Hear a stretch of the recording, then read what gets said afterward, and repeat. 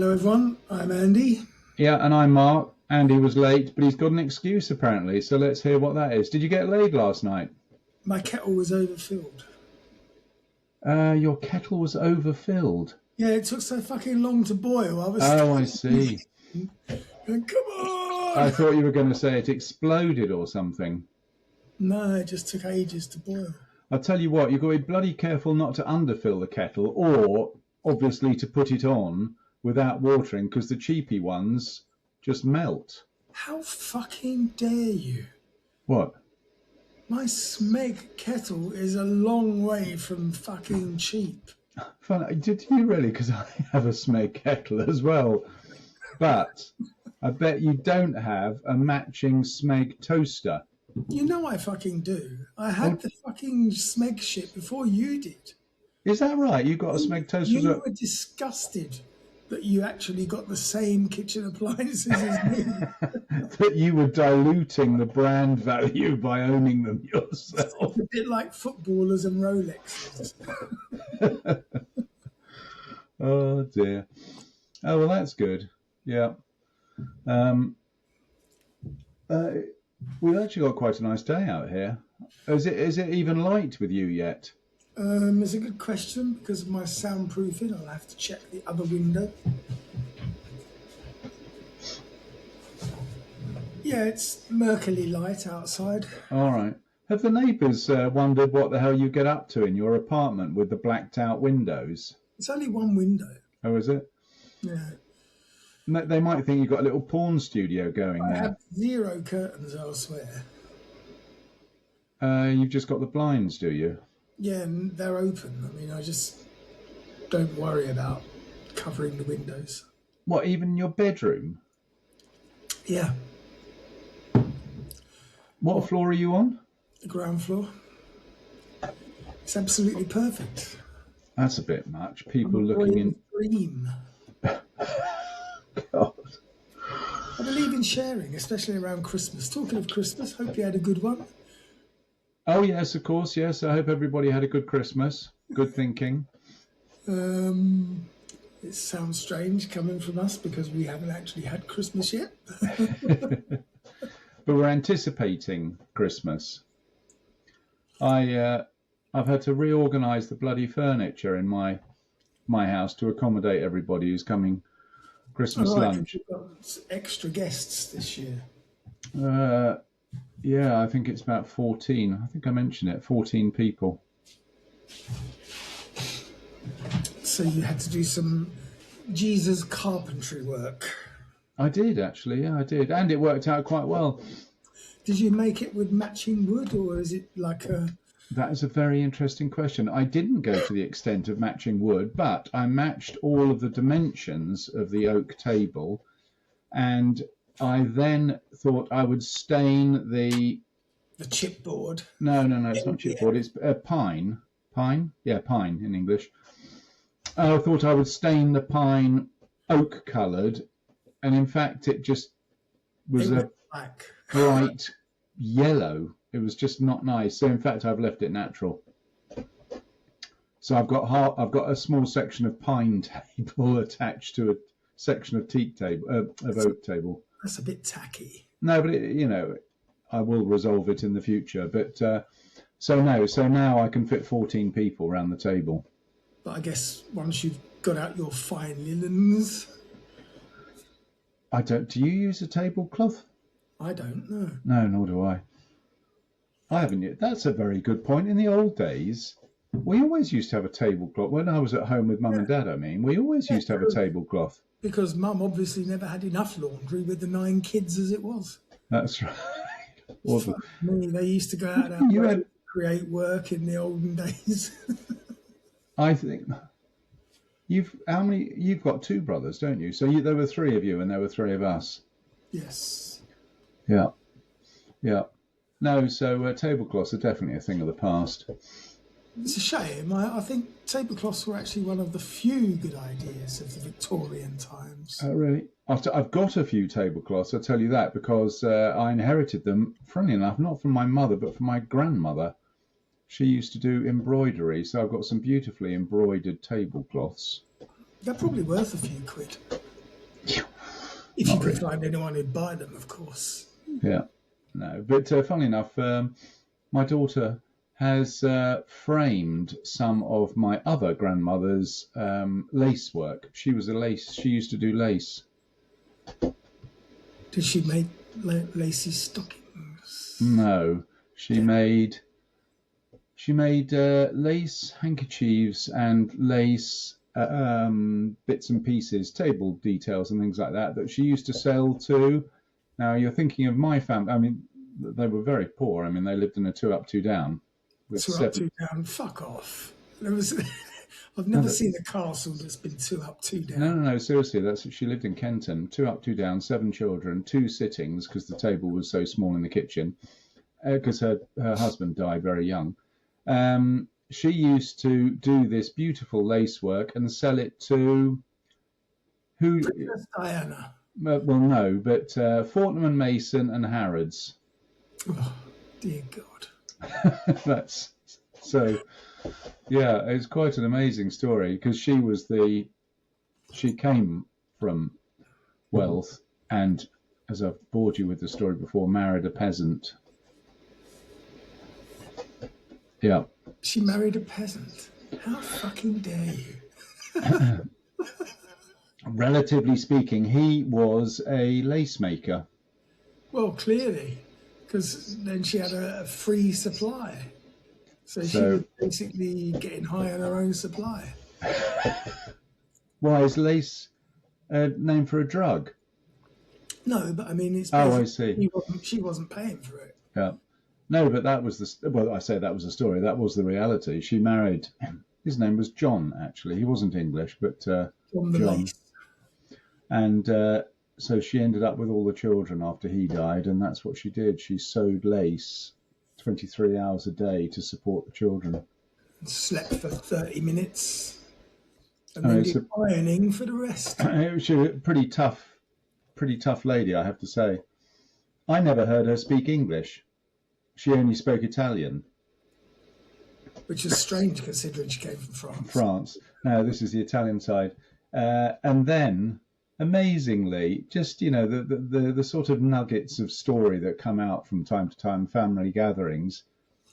So I only heard her speak Italian, didn't know she could speak English.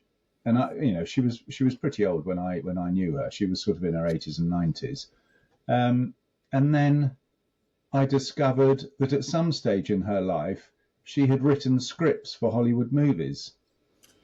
In Italian? No, of course not in English. I mean, she was a script writer for Hollywood movies. Anything you'd know?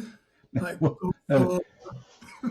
this is going back to, almost silent movie era where the scripts weren't too sophisticated. It was basically Scream. Yes, exactly. I must have told you the story. I'll tell you what, she did have an amazing life. And that they were going to move to America. They were on the boat to America. But instead, they got deported to Australia because she was also a bread thief. They were refused entry. So she was going to work in Hollywood. That was the idea. She was going to work in Hollywood. And they were refused entry because she was an Italian woman.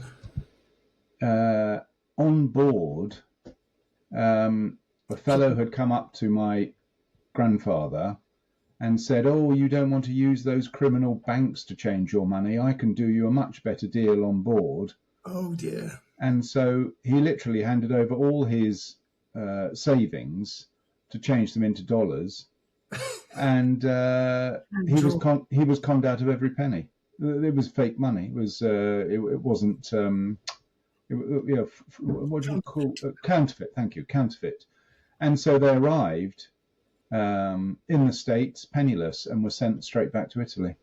Quite rightly, and he deserved it, to be honest. I mean, that's one of the oldest tricks in the book. I went to... but that's you with the internet information days. This is back in the 1930s. Many years ago, one of my girlfriends and her friend were going to Reading Rock Festival, and I didn't fancy it. But at the last minute,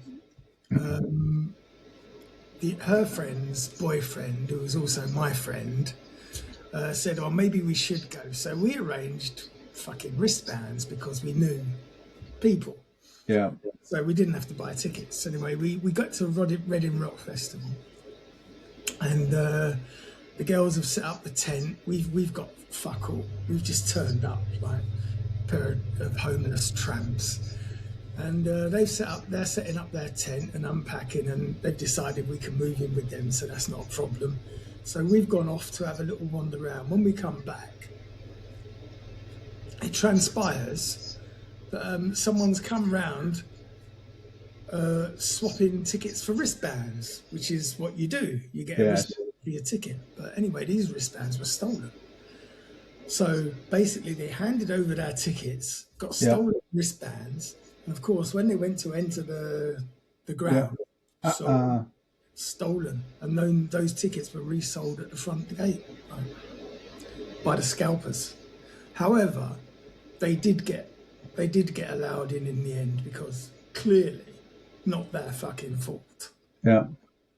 Reading Rock Festival, there is no such thing. Two elements of that story are completely unbelievable. Firstly, that you speak in terms of you having a girlfriend, nonsensical. And Reading Rock Festival, what the hell was that? I have to say that they called it Reading Rock Festival. There was fucking no rock. I mean, okay, I think on this particular occasion, there may have been In Excess were playing. Well, that sounds like recently. Well, that was the 90s. Yeah, all right. Yeah, okay. 90s. Yeah, okay. Yeah, I mean, they had a few decent bands, but over the years, Reading Rock Festival has turned into fucking Reading Pop Festival. It's still going. Is it? But it's absolute bollocks. You've got the likes of Steps. Did you ever go to Nebworth? I did, of course, yeah. Did you? What? Did you? You didn't happen to be the year when they had Genesis? I've seen Genesis play more than once. No, but at Nebworth? Yeah. Really? I was there. Yeah, but I was backstage. You were out with the plebs in the mud. Backstage bollocks. You were only, I was only 16 or 17 when I went to Nebworth. Look, I used to go to Stonehenge, mate. What's that got to do with rock music? Stonehenge Festival was the big one. Oh, was it? Yeah, that was completely illegal. It was run by the Hells Angels. And, what were you doing with the bloody Hells Angels? You were pretending to be a bit tough in those days, were you? Reading Festival, Stonehenge was fucking amazing, man. They built was it? A tent city, but not like you have in Las Vegas now, where homeless people live.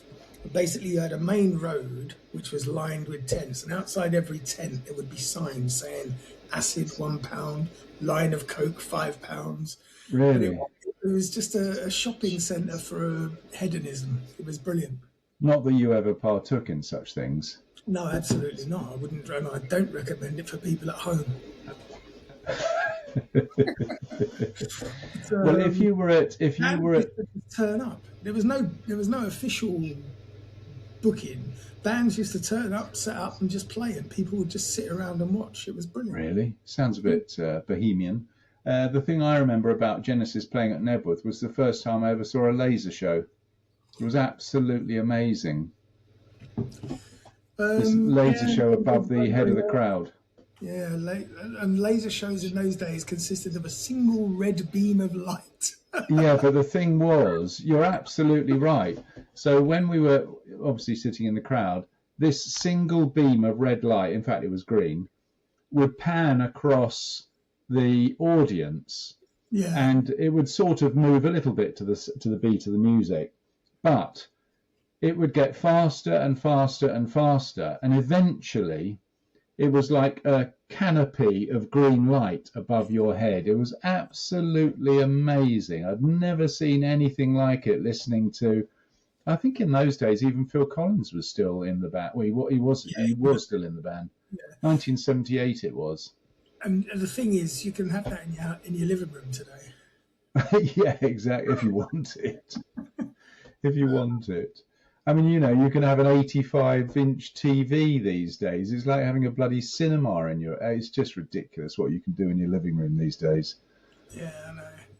Anyway, so yes, I don't know what brought us onto that subject, reminiscing.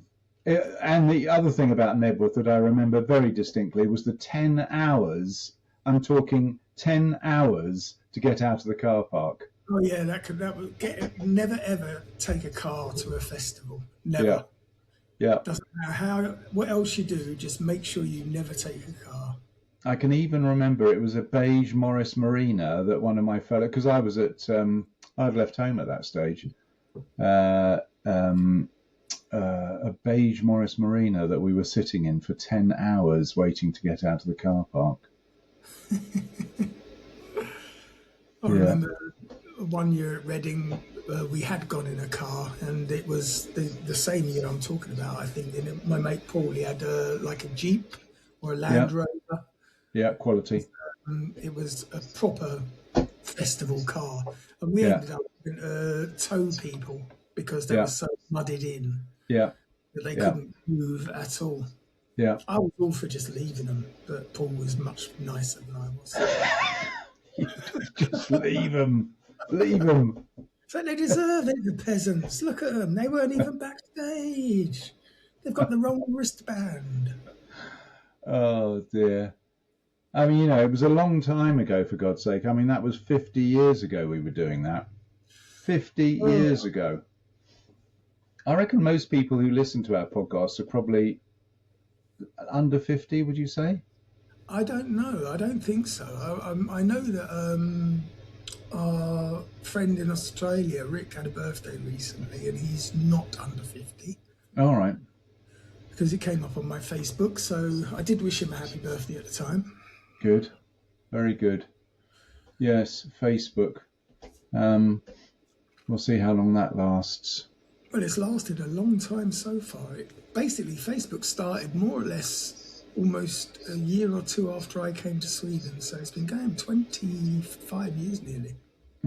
Yeah, probably. Do you remember the first sort of, what was the name of that first? It wasn't exactly social media, it was the forerunner to social media, when you tracked down friends from school. Oh, Friends Reunited. Friends Reunited, thank you. Awful. No, but just think, I mean, that was basically the forerunner to something like Facebook. Well, I think MySpace was initially the original. I don't know what that is. No, you wouldn't, because you wouldn't have had a MySpace. No, that sounds a bit like OnlyFans. It is a bit like OnlyFans, but there was not much nudity going on. And people weren't prepared to pay you to see your pictures. I much prefer my OnlyFans page. One day someone will pay. So can you post for free on OnlyFans just as a teaser to get people interested, and then finally you have to say, I want a quid? Yeah, like anything else, you can put a paywall up it wherever you like. It's like we're kind of OnlyFans, but we're the free page. We haven't been promoted to the... If you want to hear the nasty stuff, you have to go to our Patreon page. Yeah, the nasty stuff. Pay. Yeah. Anyway. No, yeah. So I don't want to be disparaging against the quality of production, but I have to say last week was a little bit weak. Say something, but you're going to be very happy with this week's offering for the new year, and it is relevant, and it's technically brilliant. Hang on a second, is it the New Year episode then? Yes, this will be our New Year episode. All right, well, we should wish our listeners not Happy New Year, is it Happy New Year? Happy New Year. Yeah, but I was going to do it at the end of the All episode. right, yeah, we can do it at the end as well. But before we do that, I saw Donald Trump signed an executive order declaring fentanyl a weapon of mass destruction. Is that right? Yeah. And who is the biggest supplier of fentanyl? So it doesn't matter. It comes from China, most of it. But that is not the point. What the point is, and the problem is, that basically he's making addicts now terrorists.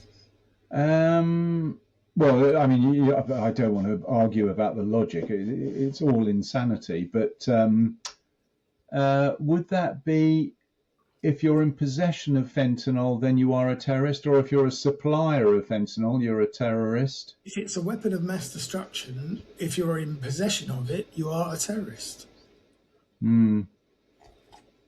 Fentanyl's the That's really not- bad one. That's not going to help solve any problems. All that's going to do is make more people go to prison. And the wrong people. Is fentanyl the one where you see these really disturbing pictures of people just bent? What is that? When they're literally standing up but bent over double? No, that's the zombie drugs. Yeah. Fentanyl is the one that basically they give to dying cancer patients for pain relief. It's 1,000 times stronger than heroin, and it will kill you. And it kills hundreds of thousands in America every year. 70, actually. But anyway, yeah, it's a very frightening number. 70 what? I think it's 70,000 people that die of fentanyl every year in America. Well, I can tell you it's more than that. Is it? Whatever. So it's not, so sorry. What is? I don't really want to ask, but what is this? Because they're really disturbing pictures of when you see people. I don't understand how, crowds of people, and they're all suffering from this really bad drug situation where they're standing, but their head is down by their feet, like their body is sort of just able to balance, but they just and it literally zombified. So what is the drug that does that to people? There's a couple of them. Really? Yeah. Because that is just amazing that situations like that can exist in a modern city. Oh, nice. Yeah, Anyway, what got us onto that? Oh, yes, you talked about Donald.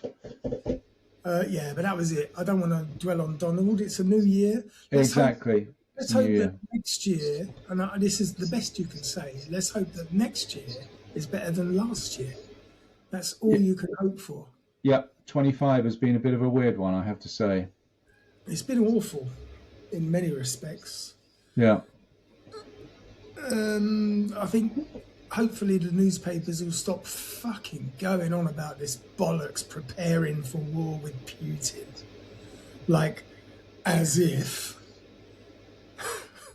Really, have you marked that, actually, as a matter of interest? You've marked that the papers have been on about it. Oh, I mean, I know it was the Daily Star, but they started going on about the points in the government's plans for conscription, which is absolute bollocks, because you can't conscript a nation that is not willing to fight for a nation. I'd love to see them say, all right, you're all going to join the army now, because they'd be very surprised that the people whose country hates them, subjugates them, taxes them out of existence, then expects these people to fight for their right to be oppressed. Fuck you, mate. I'm going to fight for Russia. You think that's a better alternative? Absolutely. 13%. You are mad. What do you mean I'm mad? Do you think that the British government are better than Putin? Do you really think so? Now you're worrying me. We were just talking about 26 being a better year, and now you're literally... They're trying to subjugate the British people. They're trying to give you digital ID. They're taxing you out of existence. They're destroying the leisure industry. So there'll be no pubs, no restaurants. Who have you been talking to, Andy?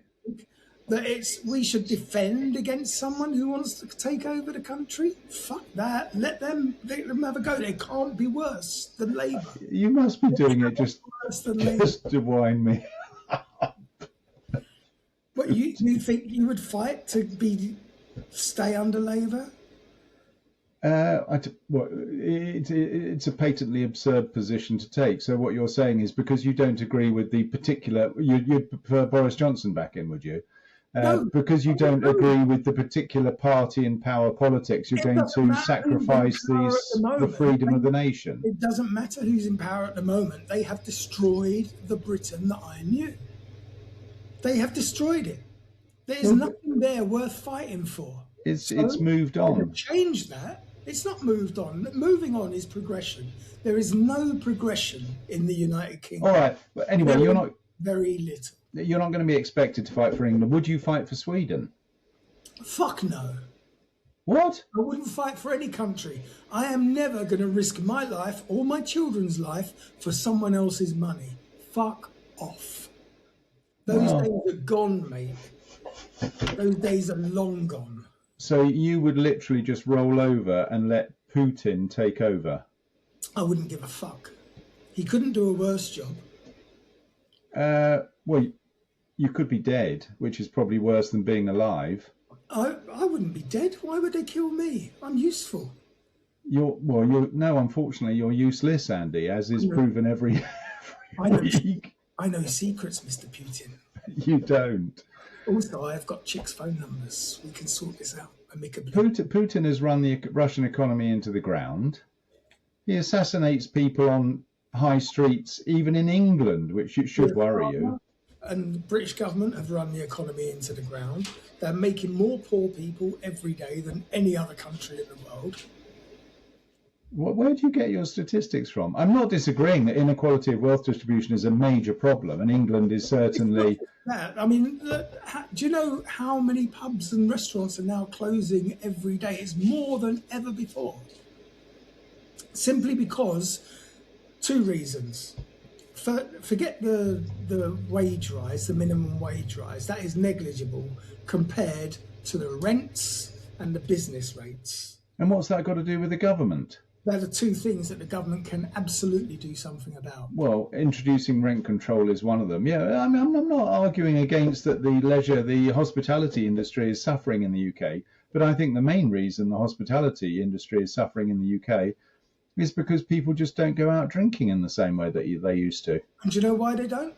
Because they can't afford to pay £25 for a gin and tonic. That's why. And that's what you have to charge to make a fucking profit these days. Yeah, but you can't lay everything... You can't use that as an argument to let Putin take over because the gin and tonic's 25 quid. That's ridiculous. Why do you want... As an argument that's worth defending as your... Mr. Andy, what is the reason you're willing to support Putin so readily? A gin and tonic is 25 quid. Do you realise? Well, you'd be amazed how many people would say that as a fucking genuine reason, mate. Well, what is it when Putin decides that there's not enough gin for everybody and he stops supply of gin to the general populace? Then what would you do? He wouldn't do that. Well, you're right. He might do it with gin. He wouldn't do it with vodka. Otherwise, there would be another revolution. Vodka if there was no gin. But anyway, let's forget all this because this is the end. You started it. I didn't. I just made one small comment, and you had to start on that. One small comment. I wish that Putin was in charge. That's not one small comment. Anyway, let's get on to the subject matter. We've run out of time this week for the subject matter. And I do apologise for Mark's ignorance, my fellow communist. Now, if you remember, 25 years ago, this very day almost. Hang on, 25 years ago, 2001, yes. 26 years ago, this very day. Okay, yeah. Sorry, you were right, actually. It was 2000, yeah. Yeah, 2000. We had our first major scam of the century. Millennium Bug. Yes, exactly. Y2K, the Millennium Bug. So we're going to talk about Y2K, the year 2000 problem, or if you happen to be a newspaper headline writer in 1999, the digital apocalypse that will definitely happen this Saturday. I remember that because I was working, obviously. I was working. Oh, you were working as well. You weren't in IT. Were you in IT? I wasn't in IT, but I was very much involved in making sure that everything kept running. Yeah, I remember that. So this is a story about computers, calendars, human optimism, human laziness, human panic, human beings discovering once again that they built something incredibly important while not really thinking about the future. And it's also a story where the world didn't end, as usual. Can we establish right at the start of the program, was it ever a real issue? It was. It was, but like the scamdemic, it was over exaggerated, highly over exaggerated. And was it related, as I recall, specifically to Microsoft, or was it any No, operating it was system? any operating system, and I will go into some detail about it, so All right. you will learn something today. Hold your horses. So if you're young enough, the Millennium Bug might sound like one of those fake danger thingies that adults invent, like quicksand, razor blades. Quicksand exists. They don't exist. Don't talk nonsense. Razor blades with Halloween candy. Never happened. Fucking did. Or the Bermuda Triangle. Oh, that's definitely a thing. We've done a program on it. It has to be a thing. It is a thing. But Y2K was real. It just wasn't dramatic. To understand the Millennium Bug, you need to travel back in time, not to just 1999, but much, much further. Back to a magical era where the computers were the size of refrigerators, cost as much as a house, and had less processing power than your microwave. In the 1950s and 60s, computers were rare, precious beasts, and memory was expensive. Storage was expensive. Everything was expensive except labour, which was cheap and expected to wear ties. And because memory was expensive, programmers did what programmers have always done when faced with constraints. They cut corners. So programmers used 2 digits instead of 4, because dates take up space. 4 digits for a year, that's extravagant. That's practically showing off. So instead of 1967, you store 67, and instead of 1974, you store 74. And this made perfect sense, because nobody would expect these programs to still be running at the turn of the century.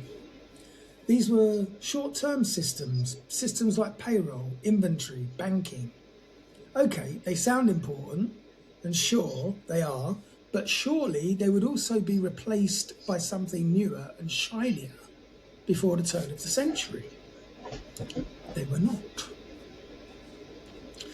They were patched, expanded, adapted, fed new data, and given new responsibilities, and eventually treated like sacred relics that no one was allowed to touch because, to be fair, no one could quite remember how they worked, but everyone agreed that they were very important.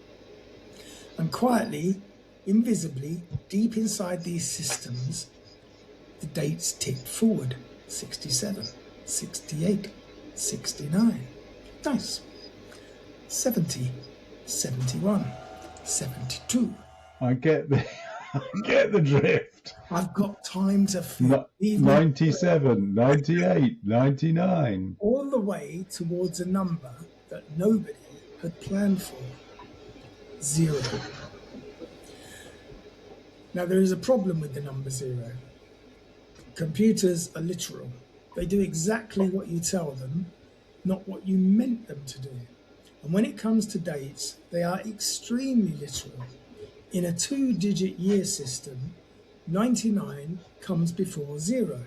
So when the year rolled from 1999 to 2000, computers didn't see the dawn of a new millennium. They saw time going backwards. Suddenly, 00 is earlier than 99. To a computer, 2000 wasn't the future, it was 1900. And this can cause problems. Interest calculations, age calculations, expiration dates, scheduling systems, anything that depended on time flowing in the correct direction, which inconveniently is most things. Imagine a bank computer, deciding your mortgage was now 100 years overdue.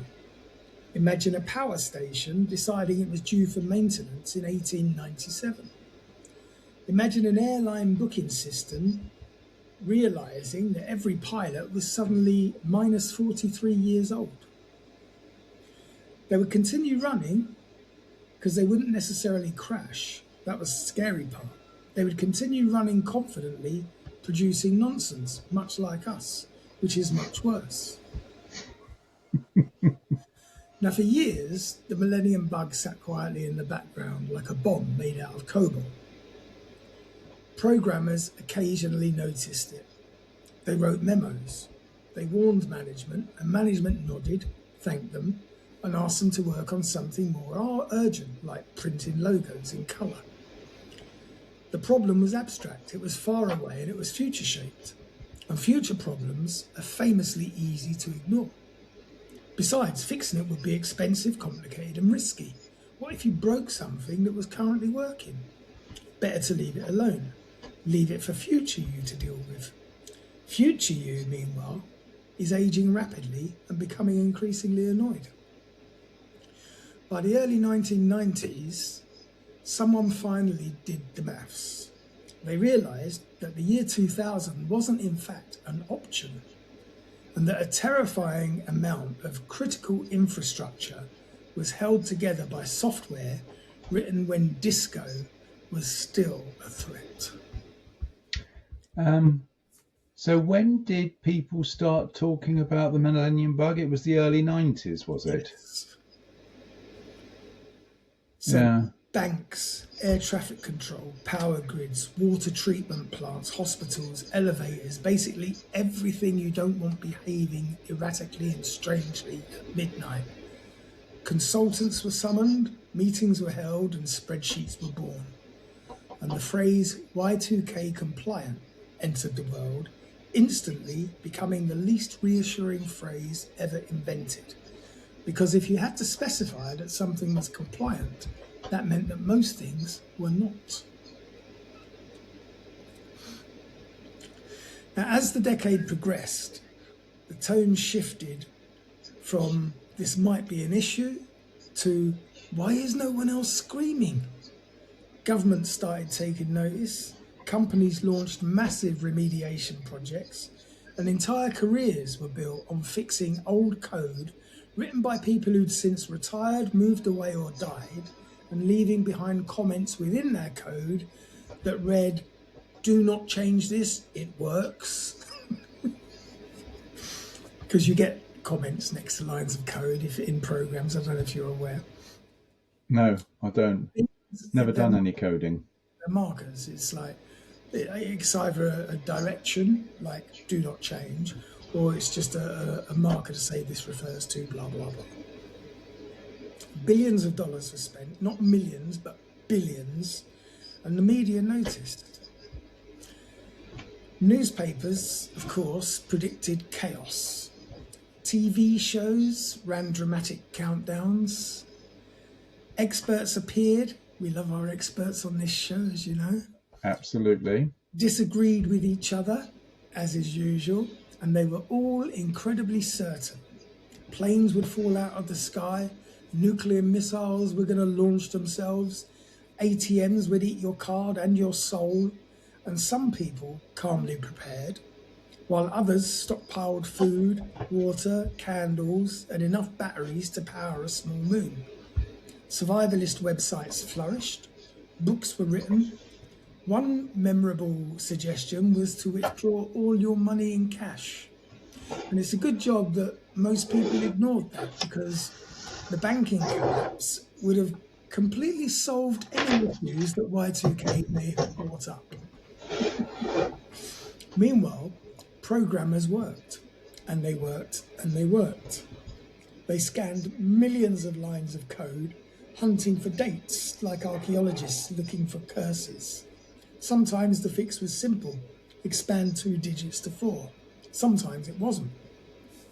Sometimes nobody knew what the code did anymore, only that turning it off wouldn't be a good idea. So, sorry, let me get this right. What you're saying is that they actually did do something to some systems to accommodate the 2000, the 00 being after 99. Yes, they had to, but there was a lot of scamming going on. And I wanted to start my own scam company. I just wanted to print out hundreds and thousands of stickers saying Y2K compliant, and then sell my services to every banking institution in the city, and just sit at their computers for 10 minutes playing Pac-Man, and then put a sticker on and charge them 400 quid a hit. And why didn't you? It sounds like a good idea. Someone beat me to it. I'll tell you later what we did. No one would have known. No one would have known.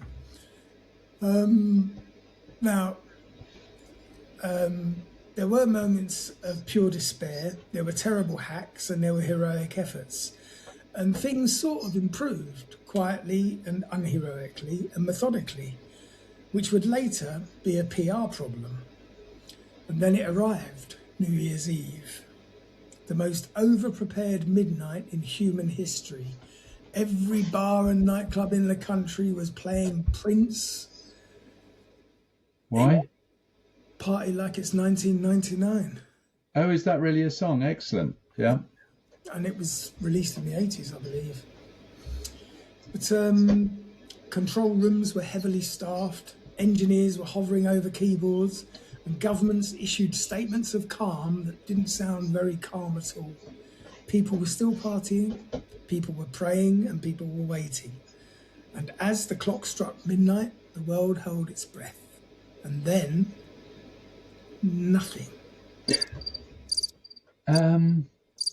Was it literally nothing happened? No. Or I'm not too sure about that. There were some things that happened, as I recall. The lights stayed on. Oh, well, that's, Bombs didn't fall out of the sky. Missiles remained politely unlaunched.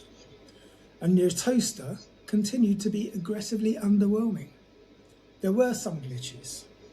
Some parking meters thought it was 1900.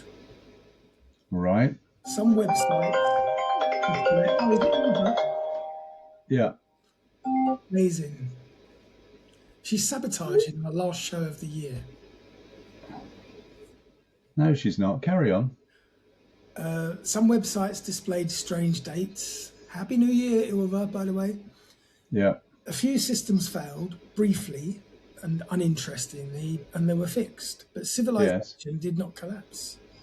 And almost immediately, a new narrative emerged. See, it was all a hoax, which is a bit unfair to the people who spent years actually preventing any kind of disaster happening. It's like mocking someone wearing a seatbelt because they didn't have a car crash. But here's the truth. It was a real thing, and the threat was real, and the fixes were real. The reason nothing happened is because it was taken seriously. All right, so that's what I wanted to establish. So these people did actually do something that remedied a real problem that might have happened. Your individual workstation at work did not need to be made Y2K compliant. As long as the servers you were working from were fixed, you had no issues whatsoever. So there was a lot of money made over the Y2K scam. Yeah. As every other scam, someone always makes $1 billion. But prevention, of course, is invisible, and success looks like nothing, and nothing is very easy to underestimate. So Y2K left behind lessons. Some were learned, unusually, and some were immediately forgotten. We learned that technical debt is real. We learned that short-term thinking scales poorly, and we learned that the future is coming whether you're ready or not.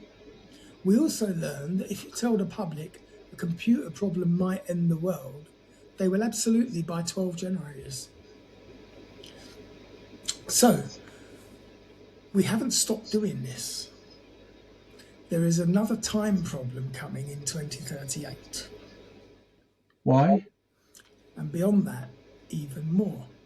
I will explain the 2038 one for you. I haven't heard this one before. This is news Not to many me. people have. But future us is once again being handed a ticking clock. So in reality, we've learned nothing.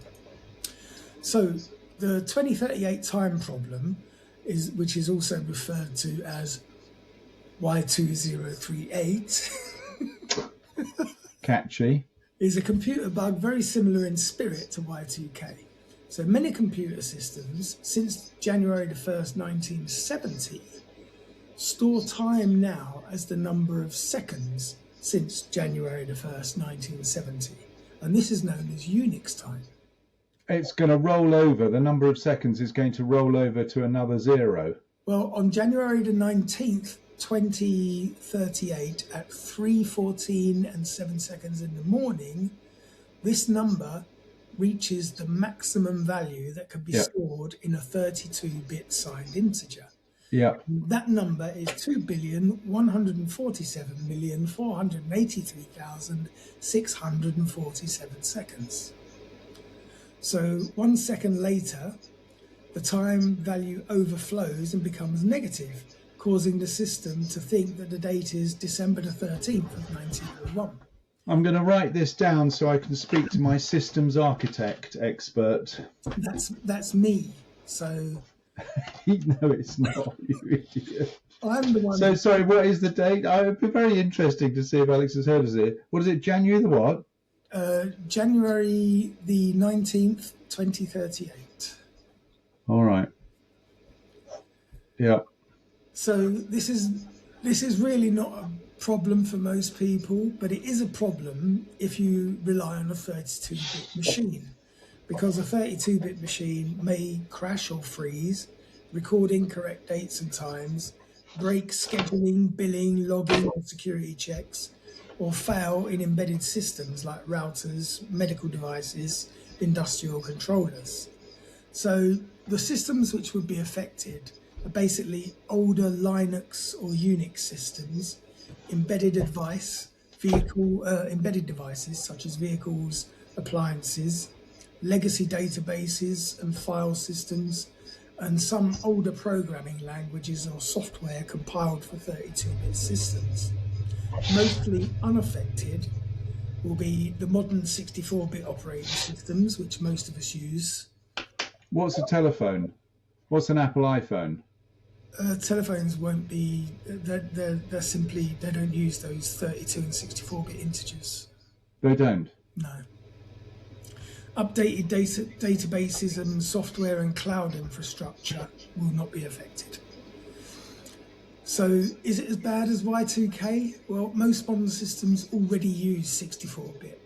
Engineers are aware of this issue decades in advance, and many fewer critical systems still rely on 32-bit time. Will our Smeg kettle still work, Andy? Yes, because it doesn't use any kind of...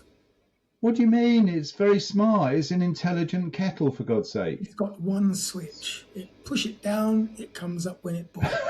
It's not smart. It's a kettle.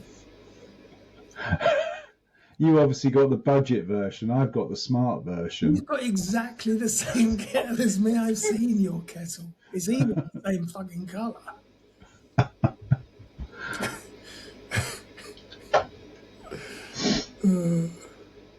Well, yeah, so that's the 2038 problem. And did you say there was another one after that? Well, there's more. There's more than one more, and I'm not going to go through them all because... Shall I tell you what we did for the Millennium Bug? You went for lunch and got incredibly drunk watching strippers. No, I mean, we obviously... I can't remember where I was in those days. I think I was still at the Japanese place. We had a duplicate trading room set up in some distant building in the the Man of Dogs or the Isle of Dogs or wherever the hell it was, where we had installed completely clean and isolated backups to our systems. See what I mean? It was the whole thing was that weren't connected to anything other than the power grid. Yeah. So that if something happened, at least we would have all of the data stored somewhere without it being connected to a system that carried on date-wise, as it were. So you can imagine we had terminals, we had trading stations, we had telephones, everything set up just in case. Leather chairs. Well, no, they weren't leather. But so what it meant was that the critical staff, obviously not me, but the traders basically who were trading their books were able to carry on should anything happen. And I don't think anything happened in relation to No, it didn't. There was any of the systems. Nothing went down at all in the city. But was that the time, hang on a second, was that the time when suddenly IT coders and such like were started to get paid £250,000. I mean, the IT department was actually getting paid more than the bond traders on the desk, because that was where the expertise was needed. That happened a couple of years before. That was when trading went digital. Oh, was it? Yeah. It wasn't specifically Millennium Bug. No, nobody believed in the Millennium Bug. What was the Sun? The Sun had a nice headline. I can't remember what it was about the Millennium Bug. I mean, well, obviously you lived through it. I lived through it. In an industry where they were very worried. Amazingly, everybody lived through it. Yeah, you're right. The Millennium Bug wasn't really about computers. It was about people. It's about how we build systems and how we ignore warnings, and how sometimes we quietly fix things and then argue about whether or not the fix was actually necessary. Because unless something happens, you can't be 100% sure that something would have happened. I think that is the biggest danger with AI, because having lived through, for instance, the financial crisis, I know for a fact that was as a result of people making things so complex that it disguised, in terms of the city, where they were making money.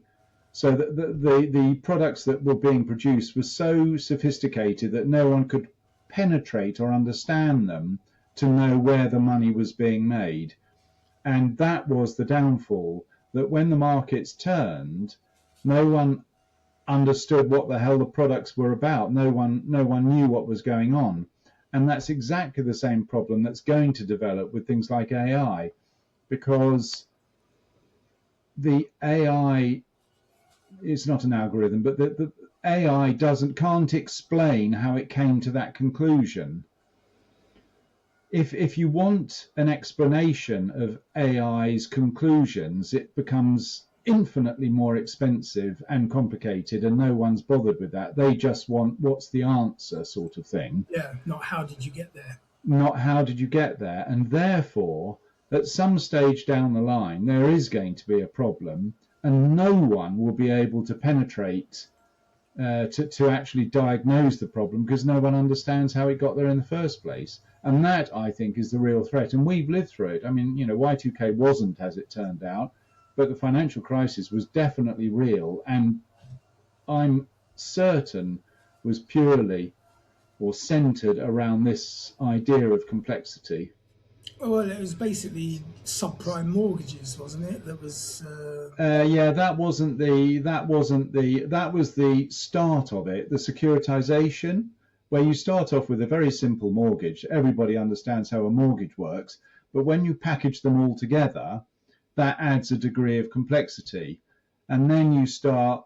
They were slicing these mortgage packages into different tranches. So you had safe tranches and not so safe tranches and first loss takers, all that sort of thing.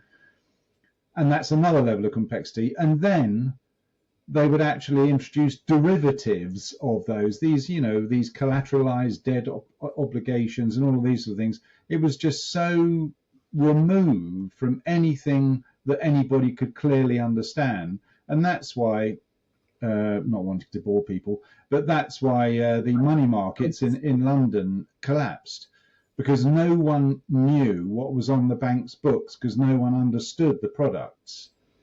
One eternity later. Oh, that was a good one, Andy. Well done. One eternity later. Anyway, that's my warning about AI. If you don't understand it, you don't want to deal with it. You've got to be able to get your head around it. I use AI quite a lot. I mean, Alex has tried to explain to me the process of AI, and he explains it in a very simple way, but I still don't. Yeah, but I mean, come on, that's you. No, you're right. I mean, he tried to show me how to do the Rubik's Cube for hours, and I still wasn't able to get a handle on it. My brain just doesn't work well enough these days. But no, exactly. The AI side of things, and it is extremely good. I think I told you, in Swedish, so I don't know how much Swedish AI there is, but I asked a question in Swedish relating to a planning question, and it gave me an extremely detailed answer. What are the next steps? These are the area of weakness. It was just absolutely amazing. Like, who needs solicitors anymore when you've got AI? Yeah, but unfortunately, AI is not always correct. No, it's not infallible. And in fact, there have been a number of things. Well, that the classic one was that AI-generated report that Kennedy produced, the health minister in America, and the references were just completely bogus. They were completely made up. So it feels like it has to have references, so it includes references, but they don't relate to anything. So no, you're absolutely right. No, I use it quite heavily for research purposes, because rather than me trawling through Google, I just ask the AI to tell me the facts about this or what happened here, and it saves me hours. Yeah. No, you're absolutely right. But just think of when, I mean, people are already relying on it. ChatGPT, people in work environments, they get reports basically written by ChatGPT. Kids do their homework with ChatGPT. Which is wrong. No, absolutely. And a perfect example, corollary, a similar situation is thinking that kids these days don't learn how to do arithmetic in school because they've all got calculators on their smartphones. Yeah, but now they don't even need to learn how to use a calculator. Well, no, but that's precisely my point. So just think, if smartphones suddenly stop working, kids they wouldn't know how to do basic arithmetic. They are fucking stupid. You've seen a couple of clips of that Whatever podcast. Is that the fellow interviewing, unfortunately, stupid women generally?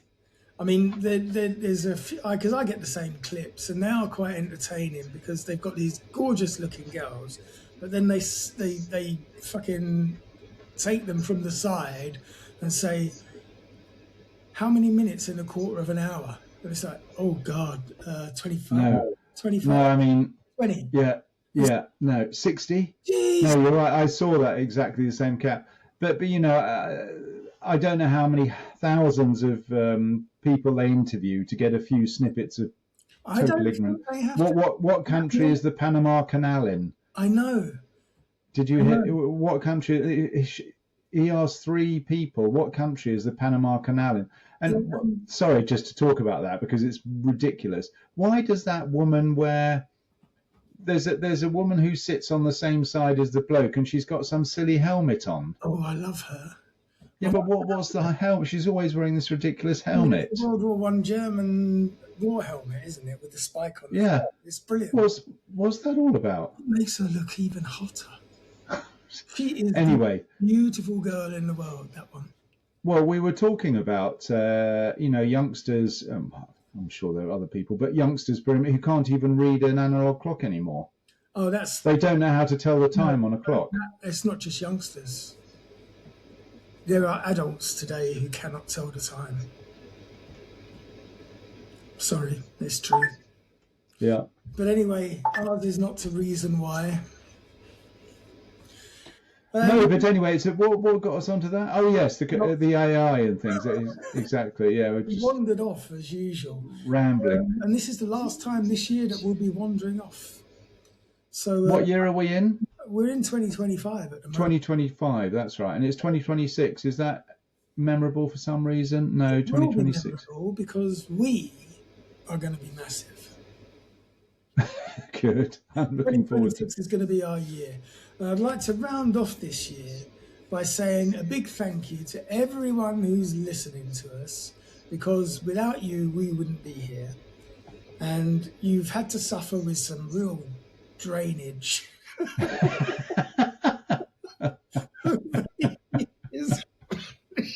Drainage. What a horrible expression. But hopefully there's been some gems in there as well. And if you've enjoyed listening to us, we've certainly enjoyed having you. And as I say, without you, we wouldn't exist. So thank you very much for being there. Yeah, anybody who's who's still listening after 4 years. Has we've been torturing our wish listeners you a with very, this very happy rubbish. new year and all the best for the next year. Yes, In the meantime, have yourselves a fantastic week. And I'm not going to warn you against doing anything because it's New Year's Eve and anything goes. So Yep. go nuts. And we'll see Yep. you first thing in January. Yep. Bye for now. Cheerio.